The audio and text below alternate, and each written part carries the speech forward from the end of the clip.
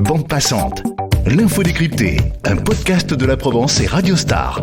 Audrey Savournin. Fin février, 17 médias européens, dont Le Monde pour la France, publiaient les conclusions du Forever Pollution Project, un projet pollution à jamais, en français, une cartographie et des données mettant en lumière les sites contaminés par les PFAS, une appellation relativement énigmatique pour le grand public, désignant les non moins énigmatiques composés per- et polyfluoroalkylés, des substances toxiques pouvant imprégner l'environnement pendant des centaines, voire des milliers d'années, d'où leur charmant surnom de polluants éternels. Une pollution qui se diffuse dans nos écosystèmes depuis les années 40, au point d'y être aujourd'hui omniprésente, en Provence comme ailleurs en France, puisqu'il suffit de zoomer sur la carte pour découvrir les points qui criblent le Vaucluse, les Bouches-du-Rhône et, dans une moindre mesure, les départements alpins. Mais de quoi parle-t-on précisément ? En quoi menace-t-il notre territoire et notre santé ? Dans quelle mesure pourrait-on y remédier ? La Provence à jamais polluée, c'est le thème de ce nouvel épisode de Bande passante. Quand on parle de Forever Pollution Project, on parle d'un travail journalistique inédit, d'enquête et de regroupement de milliers de documents, suivis par 7 experts apportant une caution scientifique. Ils ont collaboré pendant plusieurs mois en respectant une méthodologie qui a déjà fait ses preuves, puisqu'elle est inspirée de celle établie par un groupe de chercheurs pour cartographier ce type de contamination aux États-Unis. Face aux conclusions alarmantes et à la forte densité de points contaminés ou potentiellement contaminés dans le Vaucluse, un journaliste de la Provence basé à Avignon a voulu dresser un état des lieux local plus précis. C'est Romain Canteneau. Romain, en toute honnêteté, aviez-vous déjà entendu parler de ces polluants éternels ? Alors à vrai dire, non, jamais. Et pourtant, je m'intéresse quand même depuis assez longtemps à toutes les questions environnementales et de pollution. Et là, vraiment, c'est quelque chose que j'ai complètement découvert avec les révélations de cette enquête menée par plusieurs médias européens que vous avez mentionnés. Et il se trouve que je suis pas le seul, puisque en Europe, la prise de conscience a été quand même très tardive sur ces PFAS, alors que de l'autre côté de l'Atlantique, aux États-Unis, ça fait quand même beaucoup plus longtemps qu'ils sont dans le débat public et qu'il y a des réglementations qui visent à les encadrer et qui sont de plus en plus sévères. Est-ce que vous pouvez nous expliquer ce que désigne cette expression ? Alors, il s'agit donc c'est un terme chimique, il s'agit des per- et polyfluoroalkylés, on résume sous le terme de PFAS, et c'est une vaste famille de produits de synthèse qui peut comporter plusieurs milliers, voire dizaines de milliers, voire peut-être encore au-delà. C'est en fonction des sources qu'on regarde, ça peut aller très très loin, tout simplement parce qu'il s'agit de composés chimiques qui sont faits de chaînes de fluor et de carbone. Et donc, il peut y en exister énormément de variantes, en fait. Et voilà, leur spécificité, c'est que ces chaînes chimiques, en fait, sont extrêmement fortes, extrêmement solides et quasiment indestructibles, en fait. Et c'est ce qui donne leur propriété à tous les produits qu'on conçoit à partir de ces substances. Concrètement, c'est utilisé pour produire quoi ? Donc les PFAS en fait ont des propriétés, donc comme je disais, ils sont quasiment indestructibles et donc ils ont des propriétés anti-adhésives, anti-taches, imperméabilisantes aussi et surtout ils sont très résistantes aux hautes chaleurs. On les retrouve dans beaucoup de produits, y compris des produits du quotidien. Ça peut être par exemple dans les poêles, c'est l'exemple le plus connu, puisque le téflon, qui sert donc à faire le revêtement des poêles, est fait à partir de ces PFAS. C'est le cas aussi de beaucoup dans le textile, parce que voilà, anti-tache, imperméabilisant. Le Gore-Tex par exemple, donc un textile assez technique qui permet d'être imperméable, on utilise aussi. Et on les retrouve aussi dans beaucoup de secteurs industriels, dans les batteries, les semi-conducteurs, l'aéronautique ou même le spatial. Et après, par exemple pour le téflon, les PFAS sont utilisés dans la fabrication du téflon, mais ne se retrouvent pas à la fin dans le fond de votre poêle. En revanche, le problème, c'est que maintenant on en retrouve peut-être dans les œufs que vous mettrez dans votre poêle, puisqu'on en retrouve beaucoup dans l'environnement aujourd'hui.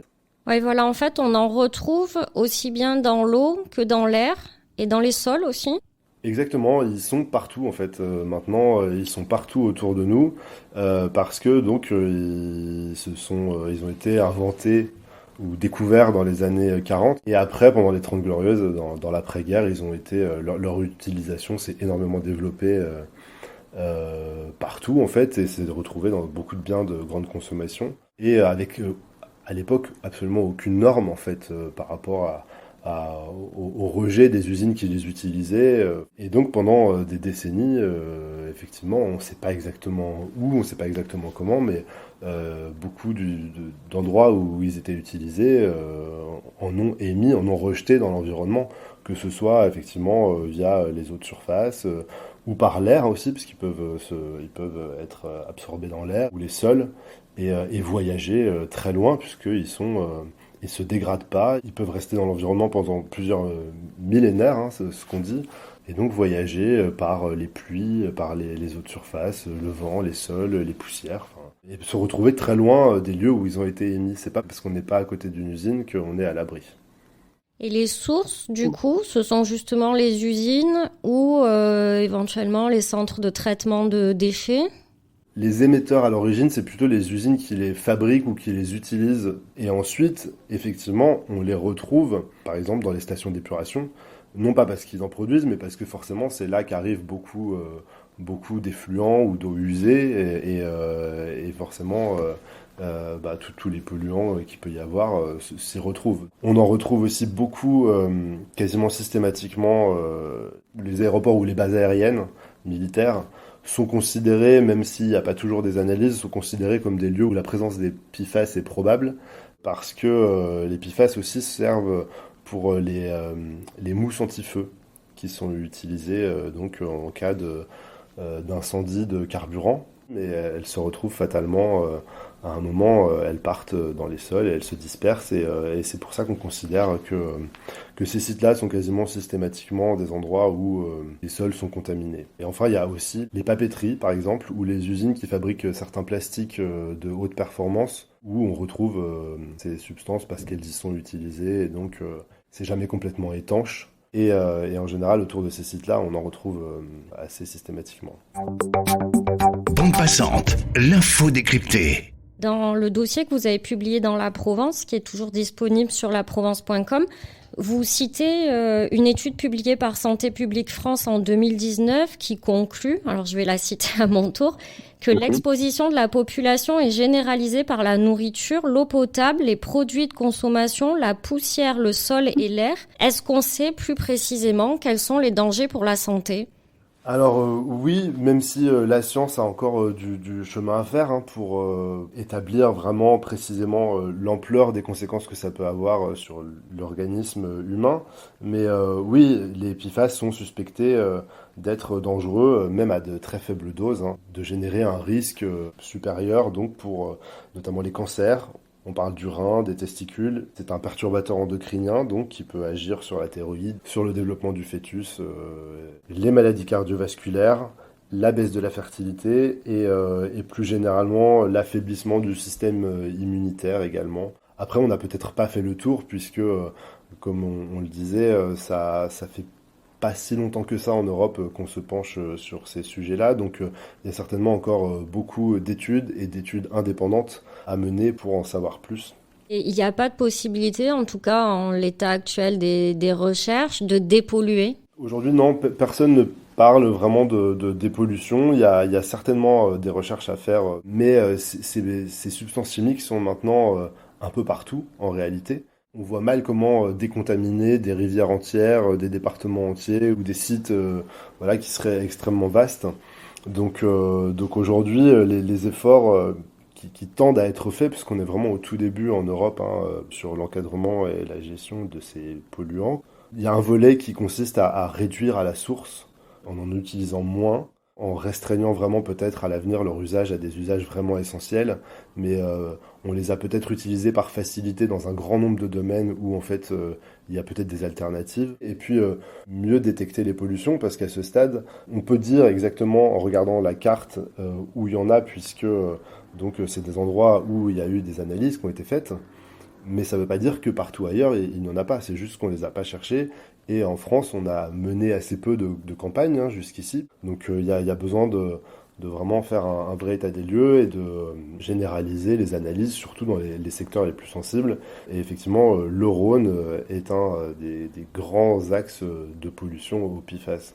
C'est ce qui explique que le Vaucluse soit bien impacté. Oui, le Rhône, effectivement, joue ce rôle de véhicule de la pollution. Tout simplement parce que il transporte assez largement des PFAS qui sont émis dans la région de Lyon, dans la vallée de la chimie. Il y a un certain nombre d'usines qui les utilisent et qui en rejettent. Et là-bas, il y a eu des révélations l'année dernière qui font frémir, puisqu'il y a vraiment des communes entières où on en a retrouvé, y compris dans des denrées alimentaires, des salades, dans les potagers, dans le lait ou les œufs. Et on trouve effectivement dans les eaux du Rhône, au niveau d'Avignon, et puis en amont dans la Drôme, et puis en aval dans les Bouches-du-Rhône, dans le pays d'Arles, on retrouve des concentrations très très importantes qui dépassent de très loin même des seuils réglementaires qui sont mis en place au niveau européen et qui sont jugés déjà beaucoup trop élevés. Et qui dit le Rhône dit aussi toutes les eaux souterraines qui accompagnent le Rhône. Par exemple, on en retrouve dans certains captages d'eau potable. Par exemple, autour d'Avignon, à Sorgues, ils ont été identifiés lors d'analyses faites au niveau de ces captages qui sont destinés à ensuite être utilisés pour les eaux de consommation. Oui, vous expliquez qu'à Sorgues, sur ce point de captage d'eau potable, le taux était de 59 nanogrammes par litre lors du prélèvement en 2010, alors que certains scientifiques estiment qu'il ne devrait pas dépasser 1 nanogramme pour l'eau de consommation. Vous soulignez aussi que des eaux de surface du Rhône contenaient 512 nanogrammes à Orange et même 747 à Avignon en 2020, ce qui en faisait des hotspots. C'est le terme employé pour les sites qui dépassent les 100 nanogrammes par litre et présentent un danger pour la santé. Au total, on répertorie 7 sites vauclusiens contaminés et une dizaine où cette contamination est probable, il me semble. Est-ce qu'on peut faire le point sur cet inventaire ?